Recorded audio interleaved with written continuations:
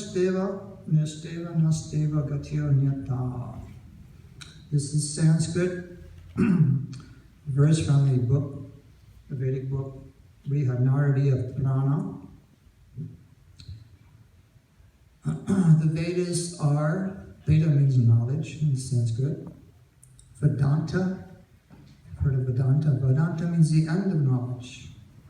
Anta means end, Veda means knowledge, so the end of knowledge. So, there are histories in the Vedas. The Vedas are like the books of knowledge which were there in the very beginning. Like when you open up a new computer, you pull out the manual, and it tells you how to start your computer and how to run it, how to troubleshoot everything. So that's the Vedas. When the universe was created, the Vedas were there. How to perform sacrifice, how to live, how to do your duty, everything. And it's perfect. The Vedas are considered aparashaya, which means there's no fault, no material faults. Like for us, material living beings, we have a tendency to make mistakes. Does anybody here does not make any mistakes in life? No, we all make mistakes every day. You know, you shouldn't have parked there, you get a ticket, you know. Everyone's making mistakes. So it's part of human life. Then our senses are not perfect. You know, we have 5 senses, particularly the eyes. We think we see what's reality, but it may not be. What we see is maybe different than what is actually there. You may think we see a friend and we say hello, but he doesn't even know who you are. So, the tendency to fall under illusion is also material. Become bewildered, you know, happens.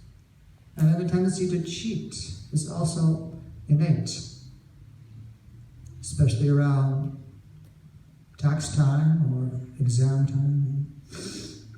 So the Vedas are beyond these 4 imperfections. There's no cheating, there's no mistakes, there's no illusion, there's no imperfection. Like in the Vedas it says that the dung of a cow is pure.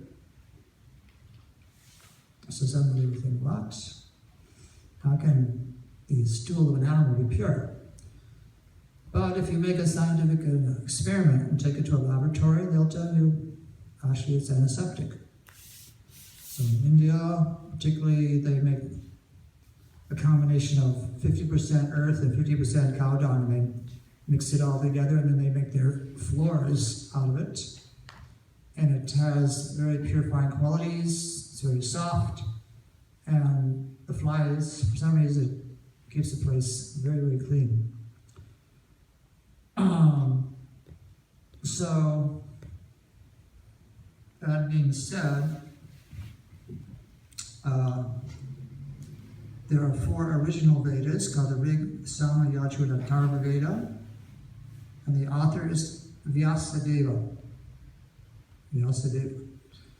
See, Vyasadeva was like one of the incarnations of the Lord, because to compile thousands and thousands of verses in perfect Sanskrit is not humanly possible.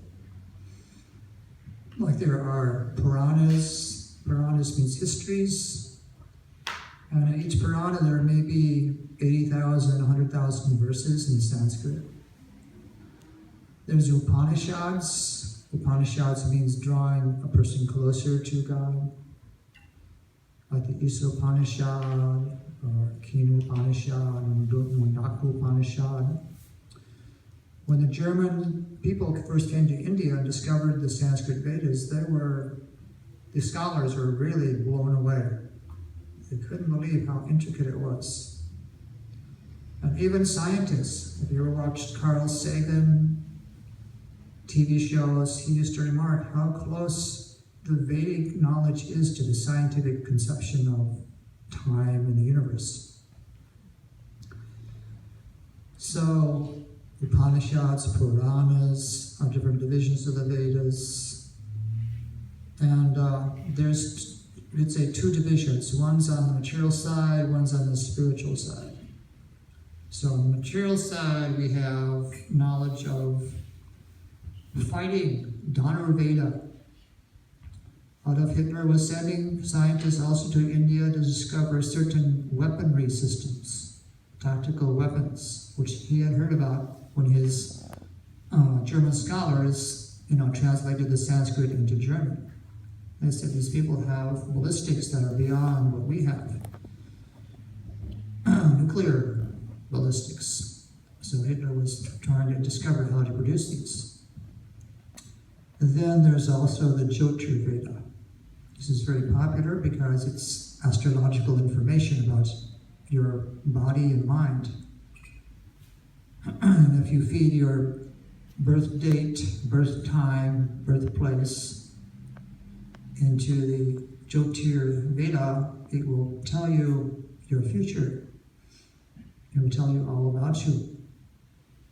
Like which planet will influence you during this time, which planet will influence you more during this time, what to be careful of, what your points of exhalation will be. Like for certain people, they may be very good in farming, in agriculture. Some, they may have a strong point in cooking. Some may have a strong point in mathematical analysis.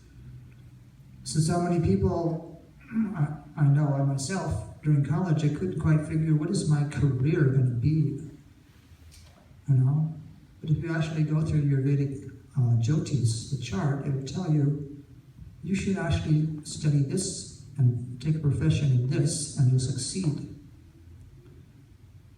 So it makes life simple, So the Jyotirveda is there, the Gandharva Veda, the science of singing, meters, ragas. Have you ever looked at some of the Indian instruments like the sitar, how amazing it is, or the tambura, or the veena? There's so many amazing musical instruments. And of course, in any city, there's a lot now in America, there's so many Indians, they always teach music and singing and dance. The dance is called Bharatanatyam, a very beautiful form of dance, which most English ladies enlist in. So that's the Gandharva Veda. There's Sthapatya Veda. Sthapatya Veda means the science of architecture, design, and also like Vastu Shastra, how you should face your front door to the east. You should have your most sacred room in the northeast. You'd have your cooking or kitchen, I think, in the south. Anyway, it's the whole science of placing things and design. And, a lot of people in America now are following it. I know, like, in Fairfield, Iowa, they have a group of people, transcendental meditation. So they take it very seriously. So all the people who are living in houses with the door facing south or west, they sold their houses. And they got houses facing, the east. And it's auspicious, So that's the material side, or some of the materialistic Vedic sciences. And of course the language was Sanskrit. So Sanskrit is a perfect language. It's not that it developed over time. It was perfect in the beginning, everything. And it's the source of other languages, like Latin, Greek, Hebrew. So on the spiritual side, there's knowledge of God, the soul, realizing the truth through different practices of yoga. So Vyasadeva also authored those books. His last book was called Vedanta Sutra, which is very, very intellectual. And his guru, because in the Vedic system, everyone learns through a teacher, a personal teacher. So Vyasadeva's teacher, even though he was an incarnation of the Lord, his teacher was Narada Muni. So there was one time when Vyasadeva himself was not feeling too happy because he had written so many Vedic books, but he still was not happy within himself. So the principle is, for those who have taken a spiritual master, if there's some confusion, something you're doubting within yourself, you should just approach your spiritual teacher, your spiritual guide, and ask him, why is it I'm feeling like this?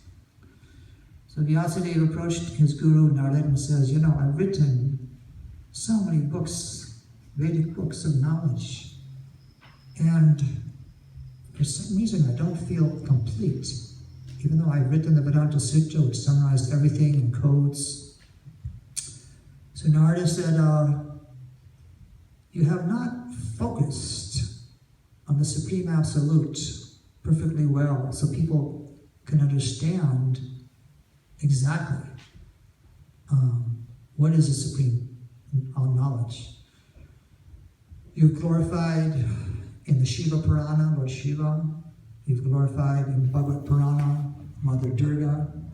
So between Shiva and Durga, this cosmos manifests as they're the direct agencies or functionaries. And there's different other books of knowledge glorifying Indra, the king of heaven. Description in the Vedas is that there's 33 million sub-gods or demigods. So Narada Muni said you should, within yourself, realize and meditate, understand the supreme source of everything, and then focus on that, and then write one more book. So then Vyasadeva went into trance, and by his meditation, he saw the personality of Krishna directly in front of him. And when he opened up his eyes, Krishna walked up and shook his hand. He said, now, Vyasadeva, you can write your next book. So Vyasadeva realized that the source of all incarnations, the source of all the material cosmic universes, the cause of all causes, the origin of everything, is a person. And that person is Lord Krishna.